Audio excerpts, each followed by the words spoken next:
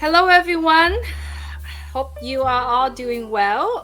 Let's see who is here today in our studio, heart to heart conversation. Leon Holiday. Everybody know who Leon is. He has been doing a lot of those little short clips out there with his son. And if you remember his son Joshua Holiday, it's out there. Yeah, and so I invited Leon here just to have a conversations together. Hi, Leon. Hey Julie, how you doing? And thank you for inviting me, and appreciate it. And so when I told Joshua that I was going to be doing the interview, and he said, "Oh, I'm not. Am I going to be in the interview?" I said, "No, you're going to be at school." So he was already looking forward to it as well. But I figured, he keeps doing what he's doing, and so uh, you know, people know who he is. Tell us a little bit about Joshua. He's in school right now. How old is he now? Oh, he's 8 years old. He's just started the third grade. And of Wow. course, he likes to make sure people know that he's on a fourth, fifth grade level. So, because he tested that high before, so he always remind people. So you're in the third grade, but he always say, "Oh, but I'm on the fourth, fifth grade level." Yeah, he enjoy learning, and yeah, he's back to school already, all excited as well. Yes, you have been doing such a fantastic job raising Joshua. You've kind of sharing a lot of knowledge to him. You explained it to him. You're such a great father, Leon. Thank you, appreciate it. And you are the same as well, because I know you spend a lot of time with your daughter, doing things and supporting both of your daughters, and school and high school and college and high school. So, yeah, I really appreciate it. And kids like ours, especially like Joshua too, it's so easy to have a kid like Joshua because he's such a sponge. He wants to learn, and he's eager to learn, and he constantly asking questions daily on a daily basis. And every question he asks is either loaded or he looking for information. Sometimes it's so loaded. I say, you know what, you can Google that. So it make it kind of funny. It's kind of cool that you have kids that actually asking question, that want to soak in the information, that always asking why is this happen, why is that happen, which is really cool. And the things about us being parents is beside everything that we are doing, the crazy schedules that we have, but we always taking time and explain it to them. For both of my daughters, I have to say I'm blessed that I have an older, daughter, Yeah. which anything that happened, my younger one, would reach out to her sister instead of me. For me, it's just a day-to-day guidance with her, for her. But for you, it's like you taking Joshua everywhere and you Yes. pointing things out and you really filling his head with a lot of informations, which Yeah. is really cool. Yeah, and that's really nice too, because actually I plan, because I'm retired, and because I'm retired, only time I get to travel is when he's out of school. So when he's out of school, we always make it educational, and it's also, soon as he's out of school, we on the road traveling, because that's the only opportunities I get to travel. So it was really nice, and so he loves it too, because he gets to get away and learning different things, and so he really enjoy it. So he loves flying, and he's already planning our, we already planned our next vacation because we're going to family reunion, and so he in Alabama, so he's already looking forward to that as well. That's right. That's right. It's really cool. Now, so I know that you are retired, and a lot of your intention and attentions are toward Joshua. However, I like to know a little bit about your background. I know if you've talked about what you do, what you did before. I know you have a lot of specialties. I know that you developed. You've built houses. You've done so much in your life before you had Joshua, before you retired. So let us know what was your specialties and what have you done before. Okay, well, I really enjoy talking about those type of things, because you lived it, and I lived in doing those things for many years, and then all of a sudden you retired. You don't. talk about those things or do those things anymore. But I like to first start off saying that, I started my off as a going to college, and I went to a college where in Kentucky where they call Berea College in the center of Appalachia. All kids that went there, you have to work on campus. So, and you it's like a tuition-free school, and that was one great thing coming from a very economic challenged family. So so that was kind of easy and hard. It was easy going to school because I didn't have to worry about finances because it's a tuition-free school. So when I graduated, I already had 4 years of experience because all students have to work on campus. And so when you do that resume, you say I got 4 year experience, and when people look at that, so I never had any problem getting a job. As soon as I put that resume out there, and people look at the experience, and then they ask you how you do that, and then you tell them you work while you're going to school at the same time, and then that was fascinating to people, so they bring you on right away. And so I got into engineering with the oil company, and that was really nice. And it's kind of through osmosis. Joshua asked me a lot about platforms because I worked on a lot of platforms out in the ocean, and also worked on oil field leases that are on land, and so that was one of my specialty, mechanic engineering.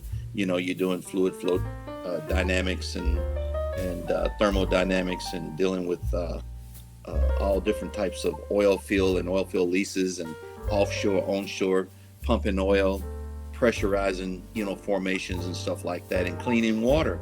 And so that's what led me into my lifelong career as a water and wastewater technology, because on those platforms, a lot of people don't know that water comes up with the oil, and a lot of the brine water, which is salt water, you have to clean that water, take all the hydrocarbons out of it, and put it back into the ocean.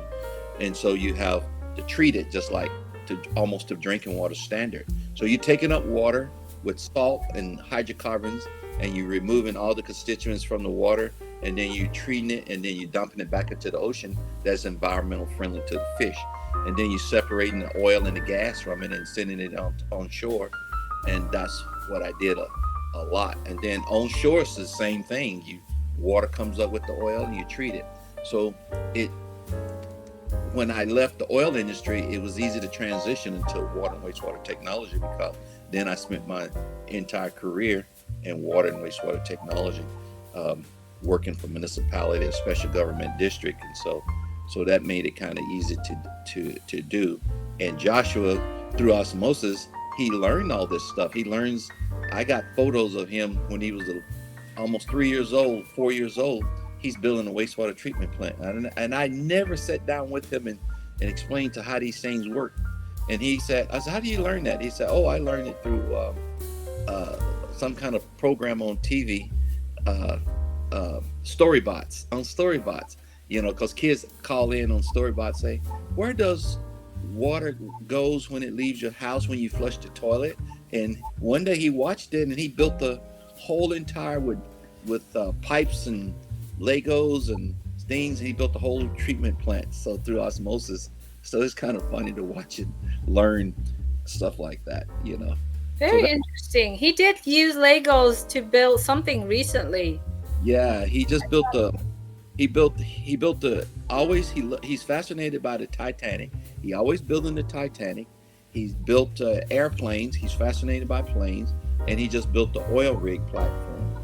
So he can, when he plays in the bathtub, he loved taking baths. So when he stick him in the bathtub, he see how these things float, and then I get the opportunity to teach him about buoyancy and a little bit about engineering, because something don't float, so I get to explain it to him in an engineering term. Or I talk to him about specific gravity, like oil and milk. I tell him the difference. I say, you got a gallon of milk and it weighs this much, but if you got a gallon of water, it weighs 8.34 pounds a gallon. So if you turn around and add a gallon of milk weighs more than water. He said, why is that? I said, because of the specific gravity of it. And I said the milk is thicker than water. So for that, he fascinated. He learns that, and it gives me a chance to teach him on a different level. And he's young, and he eat it up like a sponge. So the next time he does it, he learns it. And when he builds a ship, he said, I gotta make this ship so it can float. So he goes into the kitchen and gets saran wrap, puts in a layer of his layers of his Legos, and he stacked the Legos on it. So when it hits the water, it doesn't sink. So I said, "What are you doing?" He said, "I'm creating buoyancy." So just like that, kids Interesting. learn various things, and so yeah, he loved learning. Wow. That's Yeah, very cool. And yeah, you have like 12 certifications on the wastewater yeah. treatment that you have. Any kind of certification that needed to complete the job, you got them all. You got them all, and some people don't understand what certain things mean. Like for instance, if you got a chemical plant, and you got to connect to the city water. You want to make sure there's no cross connection, there's no contamination, because there's no backflow coming from that chemical plant into your water line.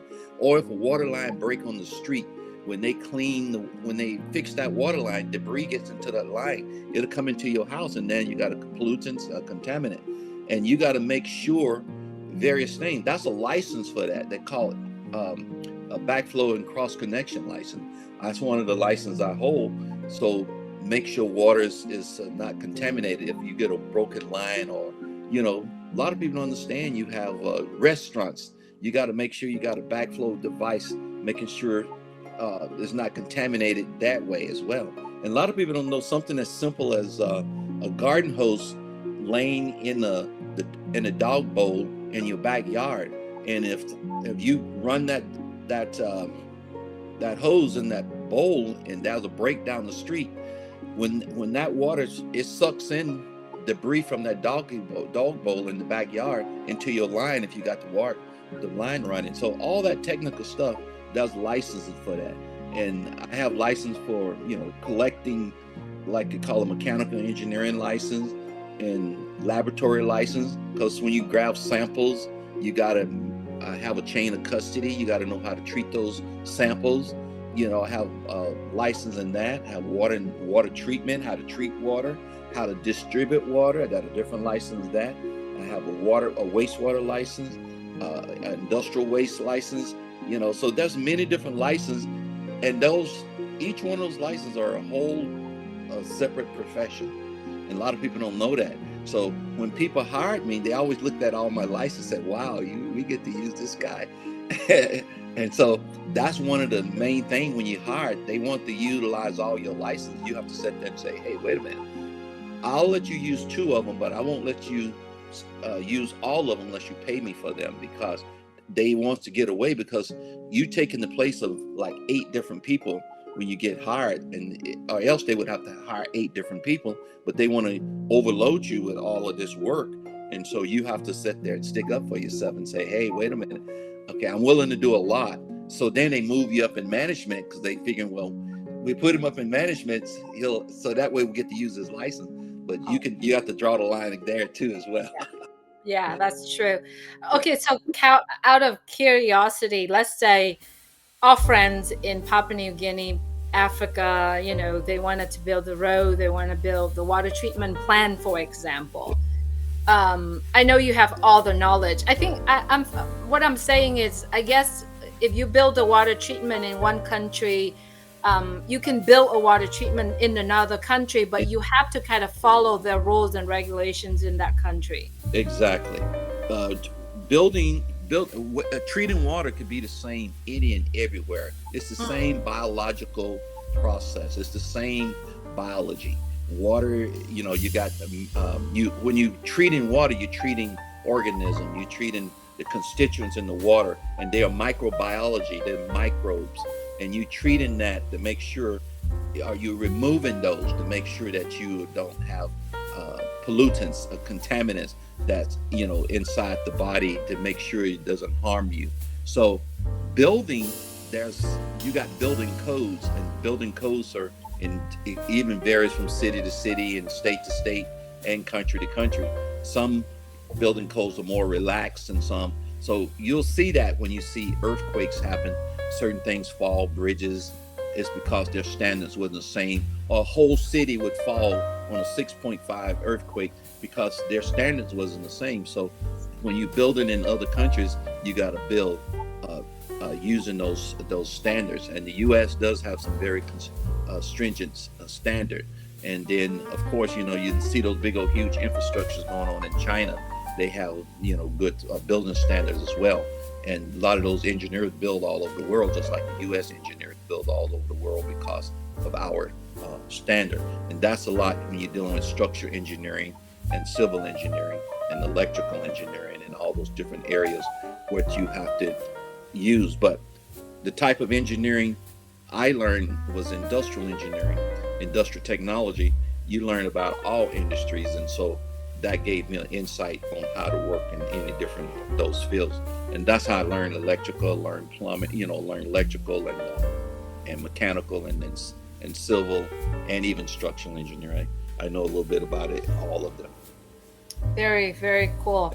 So let's fast forward in, I think 2016, 17. Yes. You and I met. Yes. We met at a meeting with this company that we were part of. We met once, and then I think when we went to Oxnard, we met. Yes, we met the second time in Oxnard at the same at a function here in Oxnard, near where I live now. And so and you was there, and it's kind of funny. I noticed your abilities at that time. Sometimes you know people as leadership. You can see their leadership skills. People have those skills. And in professional work, you work with so many different people in your life, and you learn. That's one of the things you learn. You learn personalities. You learn leadership. What's leadership that you like and what leadership you don't like. And you learn people who have supervising skill. And you also learn people who have various skill type. And so, because you work with many different personalities and skill type. So when I noticed you then, I noticed that you had those leadership qualities. And so I noticed when you came there, you were still in a role to that capacity where you was trying to help the company, you was trying to help, and which carries on to this day. You still have those same qualities. So it's qualities, that kind of leadership quality is also part of personality. So you don't just shed those qualities from one place to another. Those qualities follow you through life, and a lot of people don't understand that. It's like anything else in life. It follows you and become you. And that's the thing. Yeah. I know we met. Yeah. We were connected. We were brought onto the company by someone else, but we connected then. And then in 2020, I mean, we connected, but we really haven't really talked of being our friends. We kind of, we haven't really done much.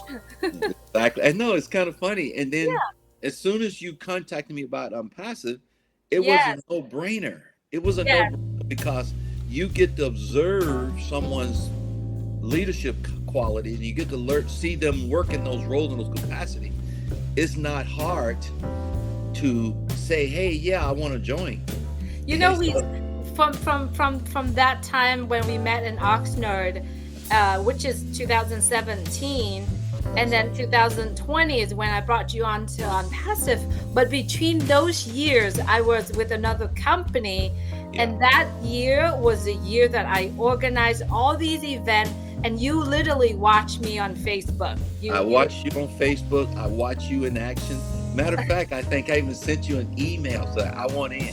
I know.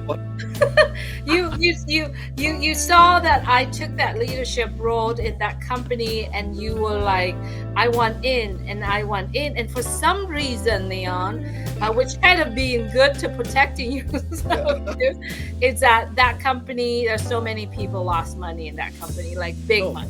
I know, but it's kind of funny. I wasn't worried about so much the company, and you did protect me. I was looking at more of your leadership role, because I know how you are. So whatever you was part of, and that brings us to Unpassive again. We're still here. I'm still here because of Ashton Farr. See, I'm here because of his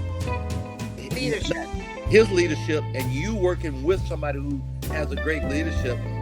that's why we're here. That's why we're talking now, because this man is, like I said, as soon as I heard him speak and watch what he was all about humanity and trying to help others, I was all in for that. And so that's why I'm still supporting him and you as well, to this day.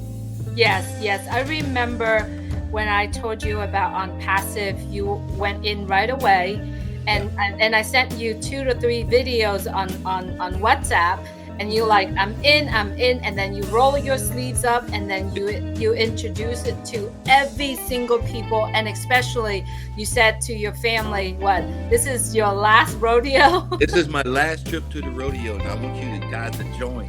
I said I want you to be part of this. And I said, and one of my family members, they're really not technical savvy, but they also, just like I saw in you, they see in me. They saw my family see me as their kind of leadership and their role for their family, and they know that I don't come after them. I'm not that person. Every time something comes up, I'm at them. I'm trying to get money from them, because I never received any money from my family since I was 11 years old. So they know it wasn't about me trying to get money from them. They know it was about me trying to help them. And so I was able to get all my sisters, all my brothers, which I have 4 sisters and 6 brothers, and their kids and their family. I was able to get them into ONPASSIVE because all they need to do is just hear from me. And matter of fact, when I go to the family reunion coming up in September here, I'm going to be setting them all down again, and then getting them all up to date and about ONPASSIVE as well, and where we're going. And so, just kind of keep them abreast, and that's the main thing. And so, yeah, it's yeah. interesting. We'll talk about that family reunion in a little bit, but I wanted to ask you that when you first came in, you saw the vision, Yeah. and then you not only supporting the vision, but you gather every single people in your life to know about ONPASSIVE. You were working at it from your very Yes. first in. And, Actually, and you came in and then you got sick for almost a year. yes, I got the COVID, and then I had the long COVID. I remember that's another thing. I ended up getting sick in the long COVID, and you were giving me all of these different remedies and all the different things, because that helped you. And those things actually work. I mean, I didn't know about ginger drinks and all of these different things. And every time we talk, you said, "Oh, you sound terrible. Have you tried this? Try some honey, ginger, and various type of drinks." And you was telling me about the things you were making that helped you throughout the years. And so yeah, it took me a year and a half to get over that long COVID. My throat was always rashy.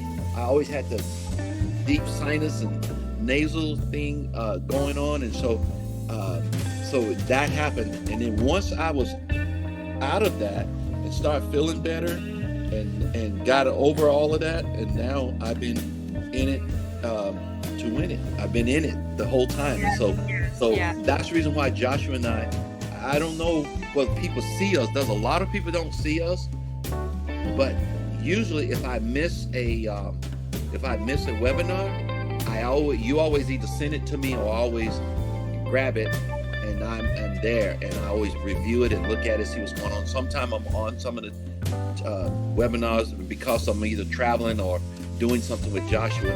But when we're on the road, we make short clips, videos supporting ONPASSIVE, and we constantly do that, and we've gotten a little following doing that.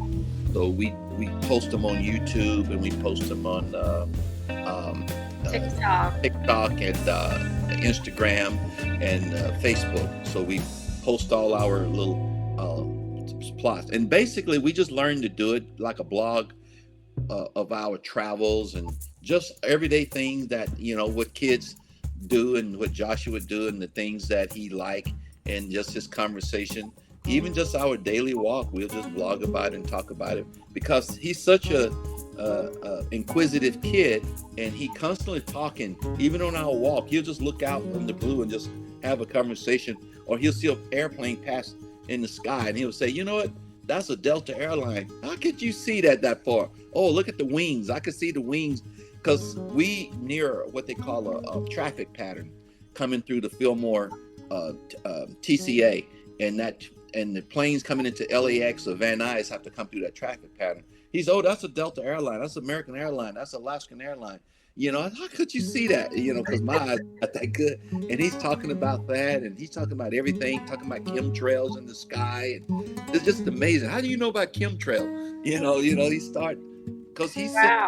he's a sponge. He's googling this stuff, and he hear about it, and so he's reading a lot. So he learns a lot. So we got these set of books that I buy him, and I switch them off with the grandkids, and so he have read every last one of those books. Anything Wow. by Elon Musk, Thomas Jefferson, Steve Jobs, Benjamin Franklin. He reads Helen Keller, everything. He read every single one of those books, and so a lot of this knowledge, he's just like a little sponge, and some of them about 60-page long. I said, "You read that whole book?" "Yeah, I read 2 of them." I said, "Okay." So I quiz him every now and then. So I stopped quizzing him because he'll start asking me questions I don't know. So it's kind of fun. Wow. So he has the whole world in his hand now. Yes, he does. Yeah, he does. So, Leon, Yeah. I know that you are so in love with ONPASSIVE. You Yes. see the vision, and I wanted to take this opportunity to say how much I appreciate you.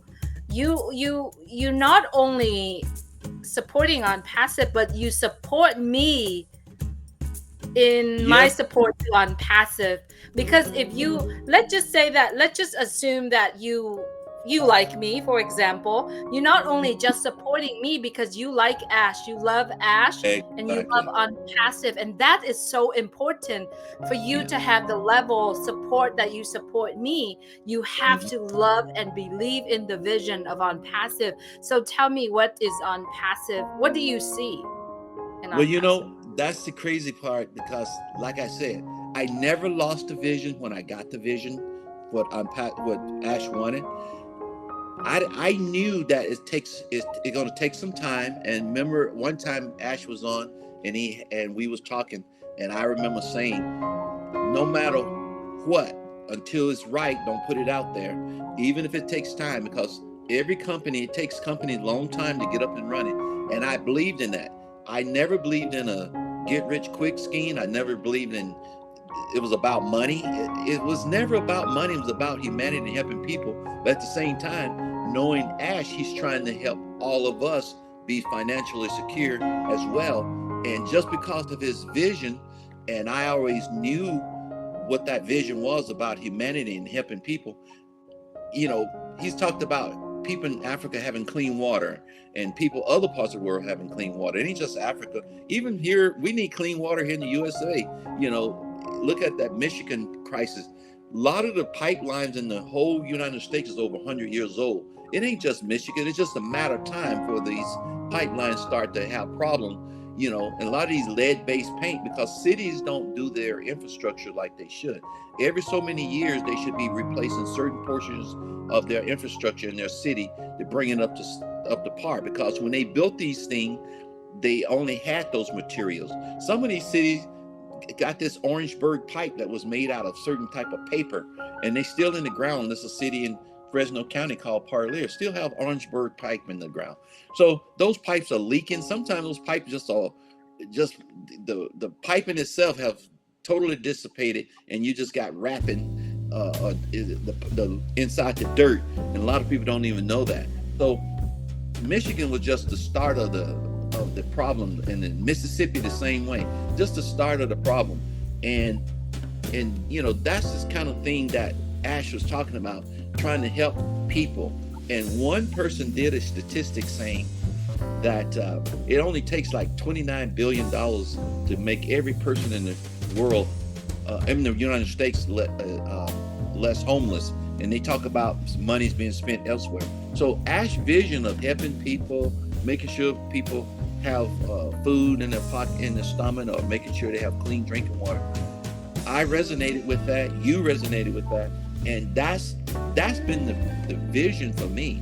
It wasn't about me joining ONPASSIVE to get rich. It was about me joining ONPASSIVE to help others and be part of something that for humanity. And Ash was building a platform so we all could partake in it and make some money too down the line. But that wasn't the overall goal. Is the overall goal was to help people, and with the and what they did after they made money, they bought the other ones. They like, like Meta and Facebook. They didn't just start off with several companies, but right now Meta and Facebook own Instagram and own various other other companies because they bought them. And but Ash is developing our companies, which takes time. And so, yeah, that's what I love about the Unpassive is we're there to help people, and we're there to look at the vision and stay with the vision, and don't stress about it. Just stick with the vision. And like I said, getting back to support, I supported you because I know that how dedicated you are to Unpassive. So, and I know, and knowing what Ash's dream and as far, so it was easy to support you, knowing that that's what you were doing every day, and you doing this every day. I mean, Unpassive is your everyday thing besides your family, and that's really good. Yeah. Passive is my livelihood. Yeah. And it is also for a lot of people. And you know what is so important that we need to have hope, and on passive is hope for everybody. Yes. And on passive, the hope that is so strong and so bright that so many of us around the world survived the whole COVID time, the whole pandemic time. We went through it. And who knows? I mean, there's still talk in the world that we hear right now. There is some kind of pandemic or whatever is coming up. And here's another time. But this time, during the pandemic coming up, or, that's what we heard. But when it's coming up, Unpassive will be able to eradicate a lot of those, hunger, poverty around the world. And that's how I believe. Yes, I believe it too, and also would be able to help other people. Because look, every time there's like the last pandemic we had, so many people lost their jobs. So many people lost their job. They lost any mean of income. Just imagine, Unpassive is that company now, can help you, assist you now in a way where you can have a job, sitting right at home. You don't have to go anywhere. You can be right at home and have a job, and you can also be helping people while you at home as well. And so, yeah, looking at all of the pandemic, and like I think Bill Gates said it, I think during the Obama administration, many different people saying pandemics are going to happen, things are going to happen more often and more frequently. Because first of all, we don't know what the full effect of global warming. We don't know. We know it's coming, and we see flooding in places that we never saw flooding before. We see natural disasters happening. We used to have a thing called hurricane season. Hurricanes are happening now out of season. Tornadoes can happen even in LA. Tornadoes are happening everywhere. So we seeing our whole climate and everything changing. And pandemics.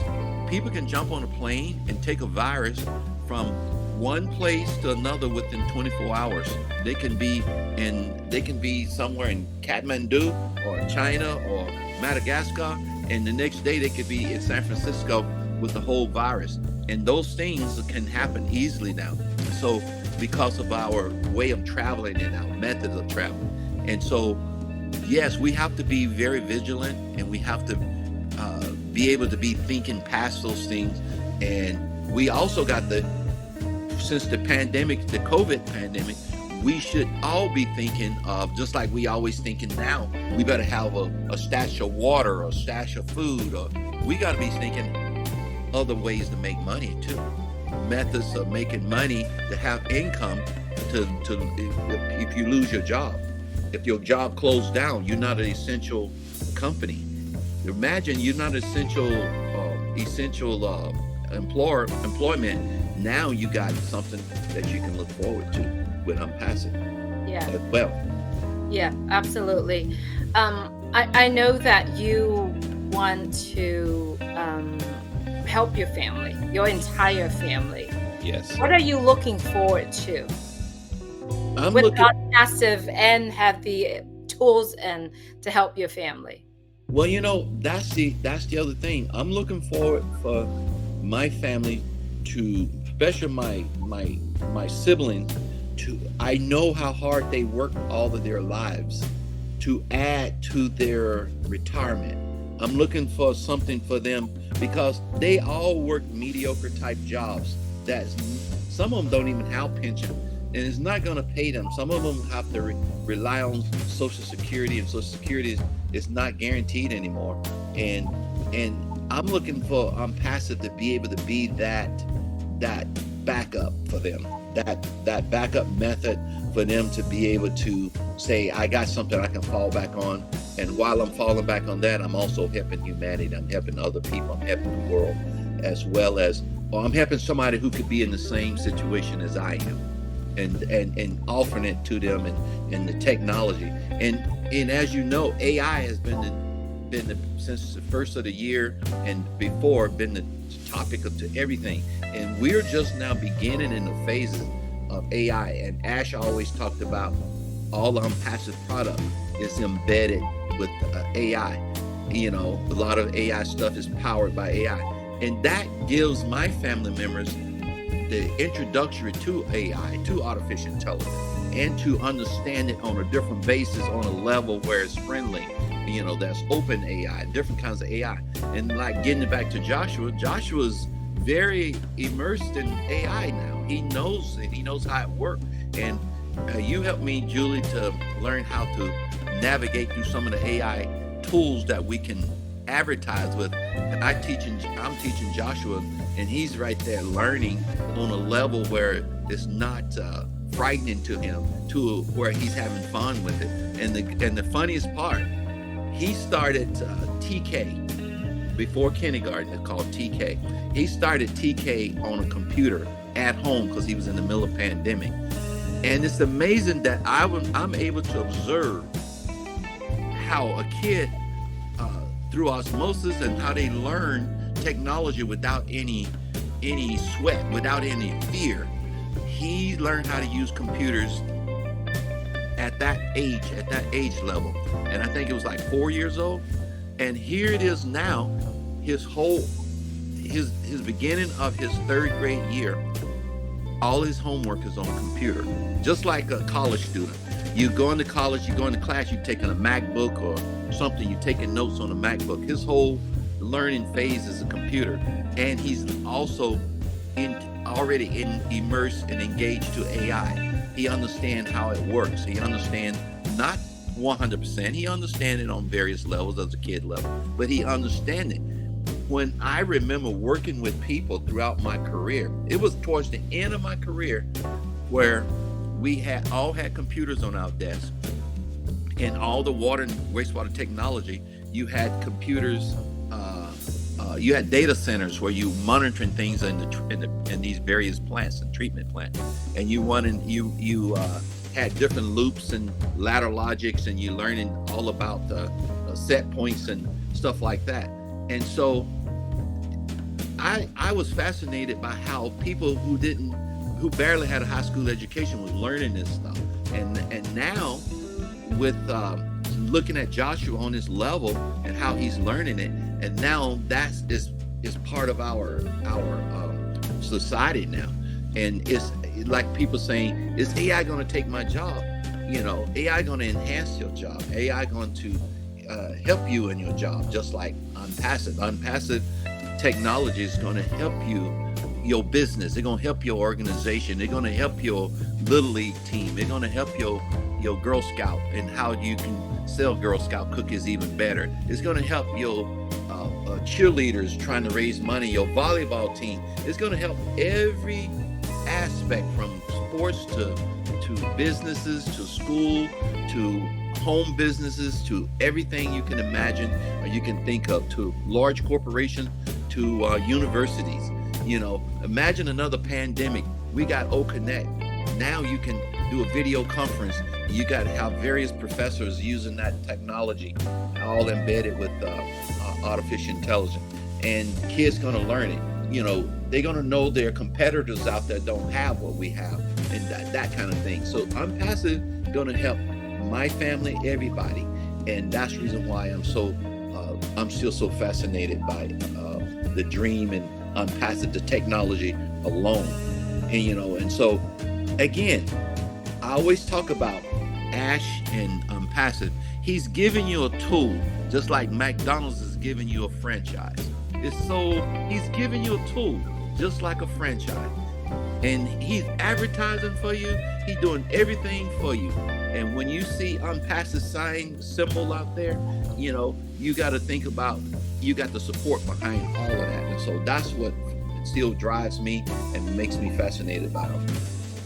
Absolutely, I so agree with you. But what you mentioned about McDonald's Yeah. franchise, it's like 230,000 for you to get a franchise, and then you're gonna have to do a lot of work. You have Yeah. to be there. You have to, Gotta be there. And yeah, that's the crazy part. A lot of people don't know. When you yeah, get a McDonald's franchise, they don't just give you a franchise just because you got money. You yeah, have to sign some NDAs. You have to sign documents saying, I'm going to work this business. I'm going to work in my business for at least a year or 2 years or however that you do. And then you can hire management. Same way about Unpassive. We're saying we're giving you a business. We're not, you got to learn the business. You got to learn how to work it, and we're giving you all the tools to be successful. And that's why I always make that comparison with McDonald's and Unpassive is doing the same thing. They're giving you every single tool. They're giving you every single technology that you need to succeed, and they're giving you support. Not only your support is the with the tool, we all support each other. I mean, and we learning about each other. I mean, I can call Comfort, and wherever she lives, and she can tell me all about them past. I can call my sisters and brethren in Africa. I can call anybody in Papua New Guinea or Australia or whatever. I can get in touch with Bill Musk. I can get in touch with Marty or Chris or Redford, and I guarantee you they will just lay it out for me. I can call Julie Nguyen. I can call anybody that knows that we know each other. That people that's understand I'm passive, understanding and I guarantee you, if they can't help you, they will find somebody who will. yeah. With the support system, I mean, you can't ask for a better support system. I mean, Absolutely. yeah, Absolutely. With on passive, you got your business. You don't have to spend hours and times to work and train people. All you got to do is buy the product, love the product, and talk about the product, share the product. You don't even have to sell it. You yeah. just have to go share that with other people by, letting them know the good in the products, what you love the most, and sharing. It's something that we all do, whether or not we own the business or not. Whatever you love, you just have to share what you love. That's absolutely right, and that's the crazy part. I remember being a senior in college. When I was a senior in college. I remember having a senior level class. A lot of people don't know. I always tell people this, so sometimes I even forget myself because sometimes I graduated college early. I had basically almost 2 degrees in less than 3 years, almost roughly 3 years. I had enough of credits to graduate from college in 3 years because I didn't look at college like most people look at college. I look at college, I was going to school to learn a knowledge to get ahead in life. But I was taking so many classes, I didn't realize that I wasn't supposed to take all those different classes at one time. But since I didn't get busted on and get caught on it, I was I was passing all the classes I was taking. So, learning everything and graduating early so I can get into the world and learn different things. So when you get back to on passive, you got so much knowledge and so many people who have the leader skill. And the reason I mentioned college is because I was taking one class and the professor said he divided us in groups of 5, 10, 15, 20, about 20 people in this various class. He said, what one group get, everybody gets. So if you get an A, everybody gets an A. If you get a B, everybody gets a B. So whatever that group produces. Unpassive is similar. We all in the same group, so we all get A's. We all gonna get A pluses. Cause we all got the support structure. We got the group. And isn't that fascinating that you in a group that you're gonna succeed? And that is fascinating. Even day one, you know you're going to pass this class because you got smart people. You got a group of people. Even if your knowledge base is less than theirs than others, you know, in a group together collectively, you got enough of knowledge in that group to succeed. And that's what I enjoy about Unpassive. You got enough of people who has enough of knowledge and who can actually steer you and guide you to success. I know you're very good in terms of managing people, managerial things that you do. How do you group people working together? It's kind of funny. I group people because this is the thing. A lot of people don't understand. You don't really manage people. You manage personalities. You once you learn the various personality type, because if you put this wrong personality type, it's pushing and pulling. There's no agree. You got some people that's gonna. If you put a bunch of negative people together, you got a negative group, and you're gonna have some people to go astray, go awry. Just like Unpassive have some people that gone awry. They've gone to left field. They've done bad things or whatever. That's because you had too many people in that group that wasn't a leader, or too many people that doing negative things or saying negative and have negative vibe. So, but to put people together in a group, you have to say yourself when you join that group, you have to be able to spot them, to manage the people in the group, or look at that person now in the group to say, I don't want to be part of that group. It doesn't mean, because that may be two people in that group you clash with right away. That means that you got three people clashing all the time. So the other two people, or several people in that group, is going to be non-productive. So always get you a group of people that you're going to mesh with, and look at the personality. And once you get the personality, you will learn to find your common goal. That's the main thing. Your common goal is to succeed. Nothing going to stop you from succeeding. And that's the core group. And that's the people that stick with Unpassive. That's the lovely part about Unpassive. Because I think when Ash first started Unpassive, he was looking for about 1 million people. I think we got 1.4 million.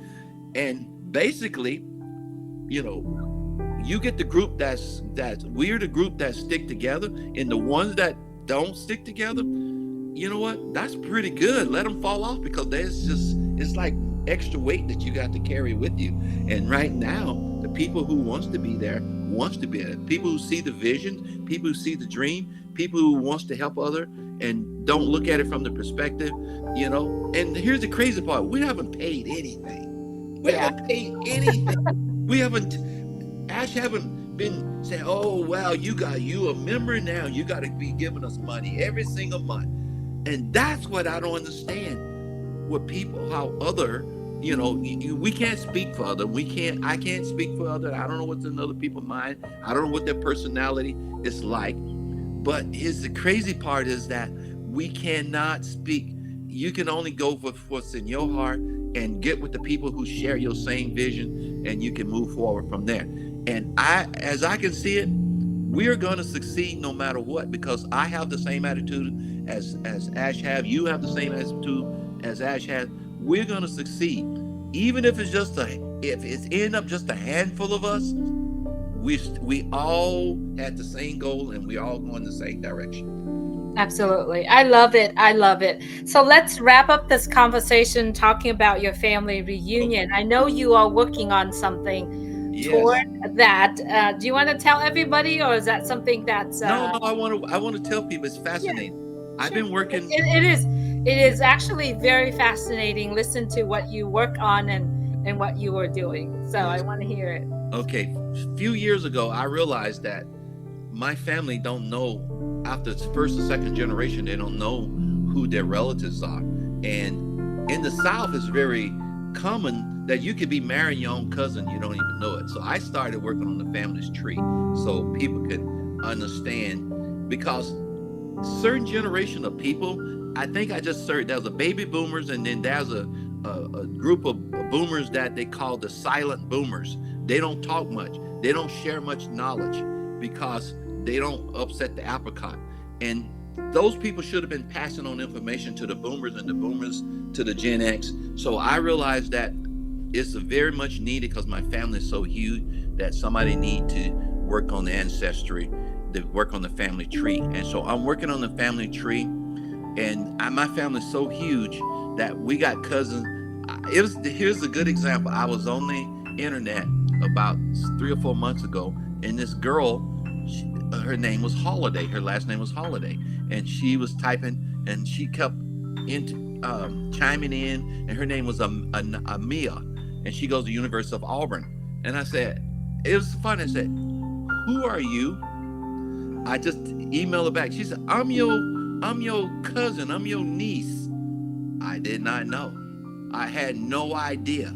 She's going to University of Auburn. Her name is Amia, and she's my brother's son's kid, and I didn't know, because you have to know who your family is.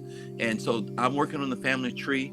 I've able to trace one set of family back to the 1836, and that's, for me, that's okay, because if anybody else want to continue on further, it's going to be very hard.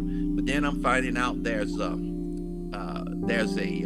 DNA. There's an African DNA, and then there's a DNA. So most people in my family, we have to do the African DNA, so we can try to figure out what part of Africa we're from, and then at the same time trying to figure out, because our families are so huge. And for example, that I have 6 brothers and 4 sisters. And my grandmother, she had like 12 kids, and I even had an Uncle Aura who got 57 grandkids, who had 15 kids. So you don't know who these kids are, and so they all over the South, all over the entire South, and in Detroit area and New York area, and all the way. And I've only got 2 legs of the family traced back to the 1800s, and there's many different legs in first, second, third generations and fifth generation. So it's very hard, but I started doing it a few years ago, and now I got to finish it up because everybody looking forward to it for the family reunion. And my goal is to get it all set up so when I get there, people can pencil in the stuff that I don't know, the immediate stuff. But I did the hard part going back further, because there's a lot of kids. I can only identify everybody that I have telephone numbers for on my side of the family. But there's other family members. But also there's some good history back there, and some of the good histories of like heirlooms that were passed down and how they came about the heirloom.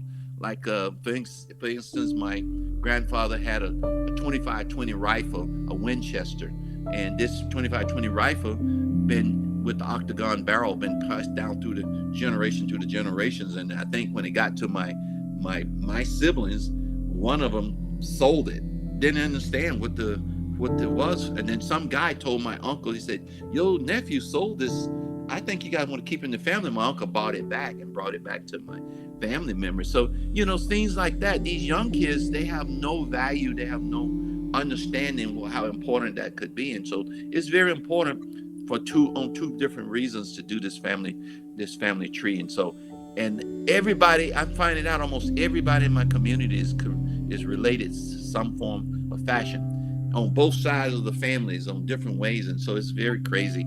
So that's why you have to know who your family are. So That that's what. is so cool. That Yes. is so cool that you spend years and years to look back and trace back and Yeah. see where you come from. And now you said there's an African DNA where you have to Yeah. go back and see what type of African.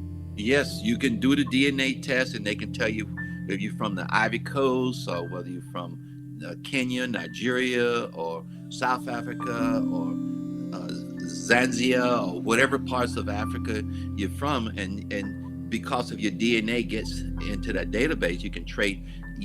At least you can know what region of Africa pretty much you can do it from. And so there's so much of there, and a lot of people don't know. I was telling someone, the Catholic Church keeps a lot of different records, and then the Mormon Church keeps a lot of different records because they have the ancestry.com. And so these records are important for the churches, because churches was all about family and groups. And so A lot of those records are you can trace back. And then there's census records, and then there's marriage records, there's death certificate, and also there are many different ways that you can do research.